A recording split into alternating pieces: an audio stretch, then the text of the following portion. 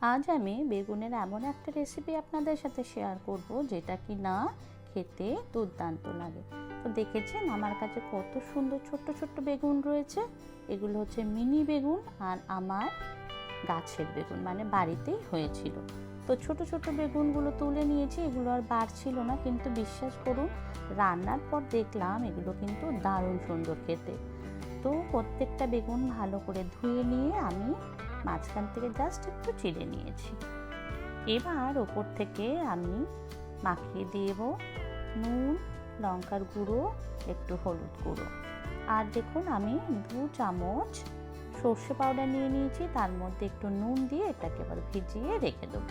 তো বন্ধুরা কেমন আছেন সবাই? আশা করি আপনারা ভালো আছেন, সুস্থ আছেন।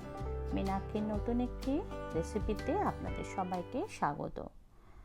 ভিডিওতে নতুন হয়ে থাকলে অবশ্যই চ্যানেলটা সাবস্ক্রাইব করবেন আর লাইক, কমেন্ট, শেয়ার করে আমাকে অনেক অনেক ভালোবাসা জানাবেন।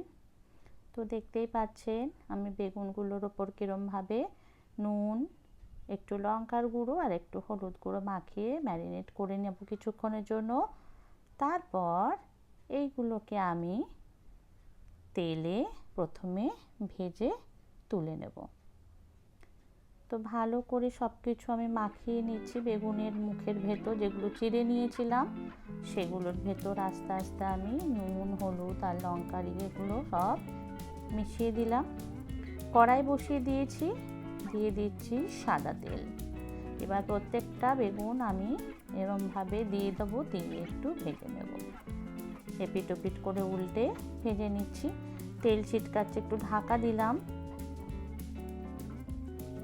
এবার সমস্ত বেগুন একসাথে দিয়ে দেবো।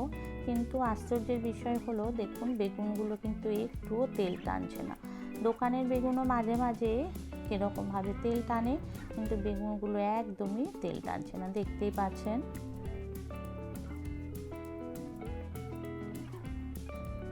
হয়ে গেছে আমার বেগুনগুলো ভাজা, আমি এবার তুলে নিচ্ছি। বিশ্বাস করুন শুধুমাত্র সর্ষে পাউডার দিয়ে যে এত সুন্দর একটা রেসিপি হয় আপনারা কিন্তু না বানালে বুঝতে পারবেন না। বাজারে যদি এরকম ছোট বেগুন পাওয়া যায় তবে কিন্তু আপনারা কিনে এনে এই রেসিপিটা ট্রাই করতে পারেন। তবে বড় বেগুনও টুকরো টুকরো করে কেটে এই রেসিপিটা করতে পারেন। তো আমি তেলের মধ্যে কালো জিরে আর শুকনো লঙ্কা ফোড়ন দিয়ে যে সর্ষেটা নুন দিয়ে ভিজিয়ে রেখেছিলাম সেটা দিয়ে দিলাম। খুব ভালো করে এবার কালো জিরে আর শুকনো লঙ্কার সাথে কষিয়ে নেবো। একটু হলুদ দিলাম। এত তাড়াতাড়ি আর এত সুন্দর এই রান্নাটা হয়, খুবই সুস্বাদু হয় খেতে। গরম ভাতে এটা যদি খান আপনি পুরো ভাতটাই এটা দিয়ে খেয়ে নিতে পারবেন। একটু টক দই দিলাম, মানে 2 চামচ টক দই ভালো করে ফেটিয়ে নিয়ে আমি দিয়ে দিলাম। টক দই দেওয়ার সময় খেয়াল রাখবেন যাতে আঁচটা বেশি না থাকে, তাহলে কিন্তু দইটা ফেটে যাবে। অল্প একটু লঙ্কার গুঁড়ো দিলাম। ভালো করে সব কিছু একসাথে মিশিয়ে দিচ্ছি। এবার আঁচটাকে আমি মিডিয়ামে রেখে কষাতে থাকবো। একটু চিনি দিলাম টকটাকে ব্যালেন্স করার জন্য, টক দইয়ের সামান্যই দিয়েছি। চিনি আর নুনটা কিন্তু বুঝে দেবেন, যেহেতু আমি সর্ষেটা নুন দিয়ে ভিজিয়ে রেখেছিলাম সেহেতু এই মুহূর্তে আমি কিন্তু নুন দেব না, পরে যদি লাগে টেস্ট করে তারপরে দেব। দেখুন মশলা থেকে আমার কিন্তু তেল ছেড়ে এসছে। এবার আমি এর মধ্যে প্রয়োজন মতন জল অ্যাড করব। দিয়ে দিচ্ছি গরম জল। ঝোল ফুটে উঠলে একে একে আমি ভাজা বেগুনগুলো এর মধ্যে অ্যাড করে দিচ্ছি।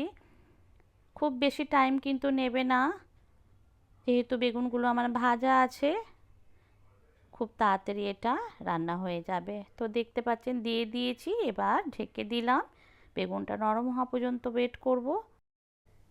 নামানোর আগে শুধু 2টো কাঁচা লঙ্কা চেরা আর একটু সর্ষের তেল দিয়ে নামিয়ে নিলেই রেডি হয়ে যাবে।